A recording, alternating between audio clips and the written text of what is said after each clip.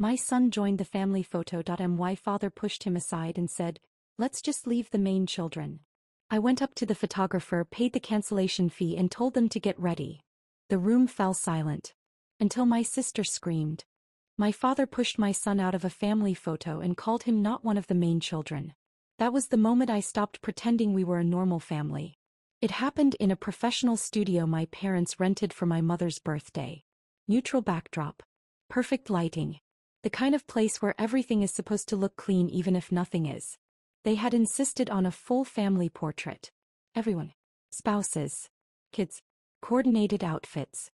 My father sent a group text weeks in advance about colors and timing. It felt important to him in a way that made my stomach tight, but I ignored it because that is what I had always done. My son Noah stood next to me while the photographer adjusted the camera. He was quiet like he usually is in crowded rooms. He kept his hands folded in front of him and waited for instructions. He had practiced smiling in the car. He told me he wanted this picture to go on the wall at his grandparents' house. The photographer asked us to move closer. Noah stepped forward. My father noticed immediately. He stepped in, placed his hand on Noah's shoulder and guided him out of the frame. Then he said it casually like it was obvious. "Let's just leave the main children." No explanation. No correction. No pause. Noah did not argue. He moved where he was placed and looked at the floor. Nobody spoke up. My mother adjusted her necklace. My sister Lauren sighed. My brother Mark stared at the camera like he had not heard anything. That silence told me everything I needed to know. I walked away from the group and went straight to the photographer's desk. I asked about canceling. Paid the fee. Told them they could start packing up. The photographer looked confused but nodded.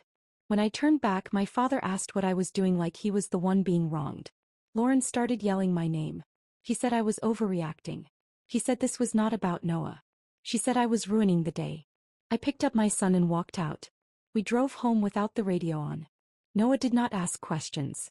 He just leaned his head against the window and watched the traffic. That night the messages came in waves. Calls. Texts. Missed calls from numbers I knew by heart. My parents wanted an apology. Lauren wanted me to calm down. Mark wanted me to explain myself. I did not respond. Instead, I opened my laptop and looked at the mortgage account I had been paying into for years. The one my parents never mentioned in public. The one they called a temporary arrangement. The one that existed because they could not afford their house without me. That was when I realized the photo was never the real issue.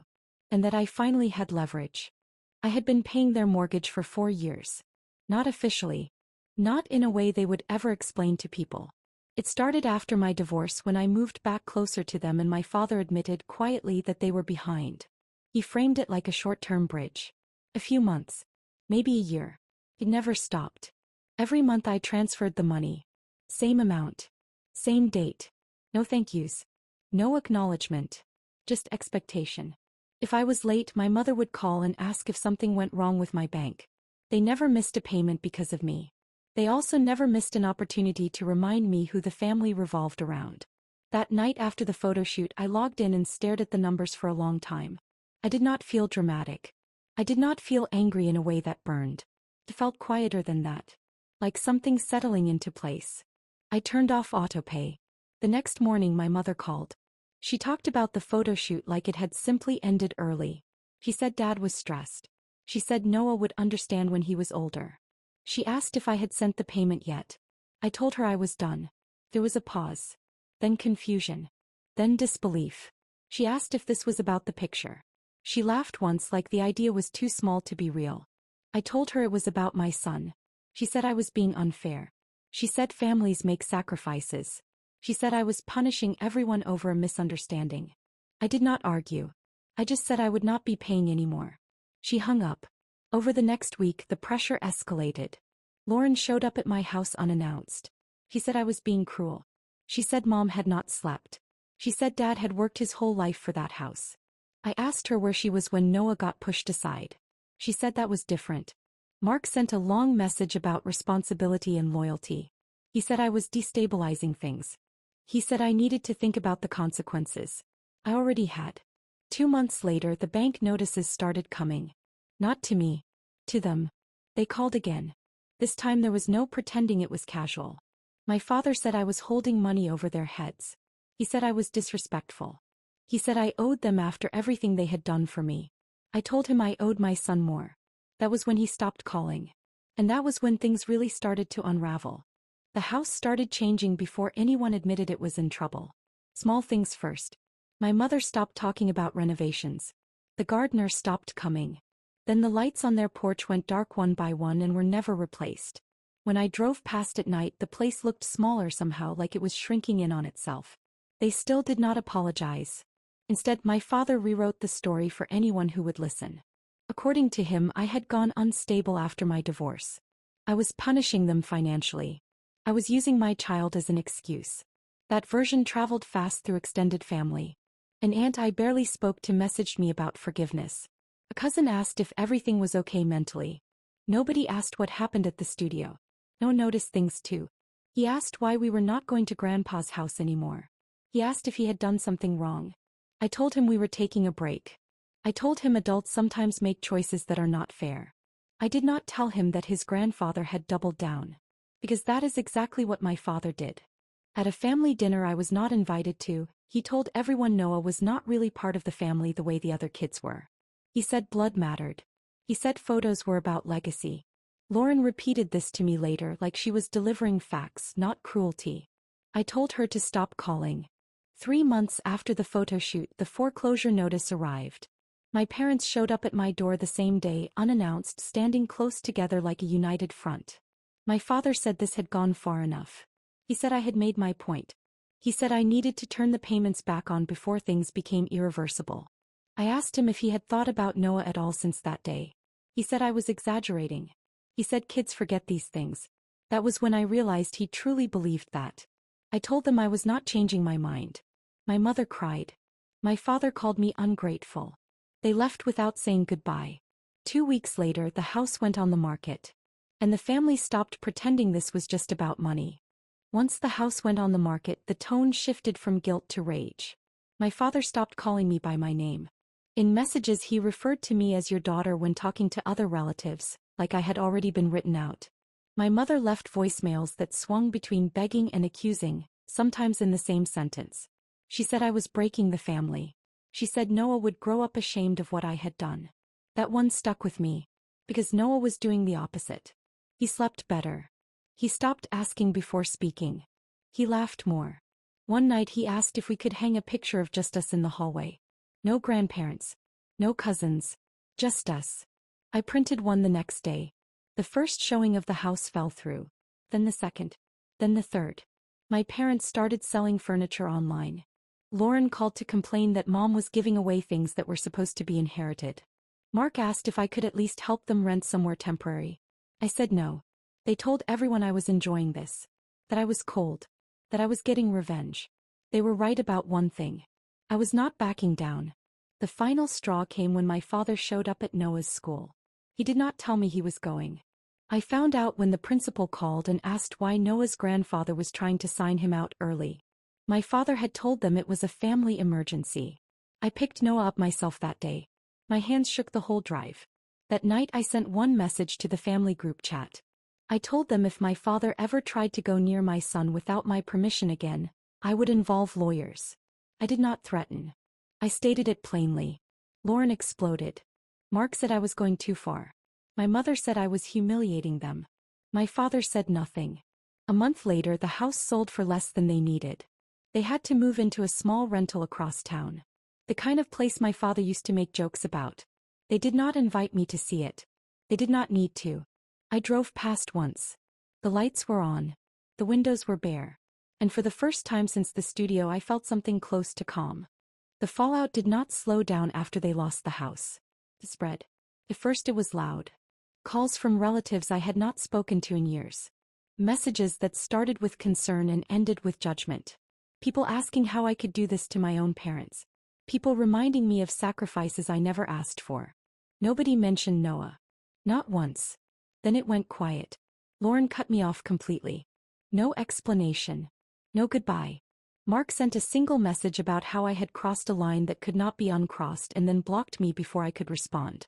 I stopped existing to them overnight, like that was easier than admitting what had actually happened. My parents leaned into the story they had built. They told anyone who would listen that I had planned this. That I had waited for an excuse to punish them. My father told people I was using my son as a shield, which was ironic considering how quickly he tried to step around him. I heard all of this secondhand. I never corrected it. At home something strange happened. The tension I had carried for years slowly dissolved. Noah stopped asking permission to speak. He stopped checking my face before laughing. He started leaving his shoes by the door instead of lining them up perfectly. Small things. Quiet changes. The kind that tell you a kid finally feels safe. One night he asked if we could take a picture together. Just us. No occasion. No reason. I set up my phone and we took a few awkward ones until we got one we liked. He asked if we could hang it in the hallway. I did not hesitate. Weeks later he asked why Grandpa did not like him. I did not lie. I also did not destroy him with the truth. I told him some adults confuse control with love. I told him that sometimes people decide who belongs based on rules that have nothing to do with kindness. I told him none of that was his fault. He listened. He nodded. He said okay. Then he asked what was for dinner. That was it. The last confrontation came months later on a random weekday afternoon. My parents showed up at my door without calling. They looked different. Not dramatic. Just worn down. My father talked first. He said the rent was higher than they expected. He said things were tight. He said this situation had gone on long enough and I had proven my point. I asked him if he was ready to apologize to my son. He did not answer right away. He looked past me into the house. He asked if Noah was home. I said yes. He said he would rather talk privately. That told me everything. I said no. My mother started crying. My father said I was stubborn. He said families compromise. He said I was tearing something apart that did not need to be destroyed. I told him he had done that in a photo studio with a single sentence. I closed the door. They did not come back. I have heard they are still angry. That they tell people I ruined their lives. That they are waiting for me to come to my senses. They can wait. I did not do this to hurt them.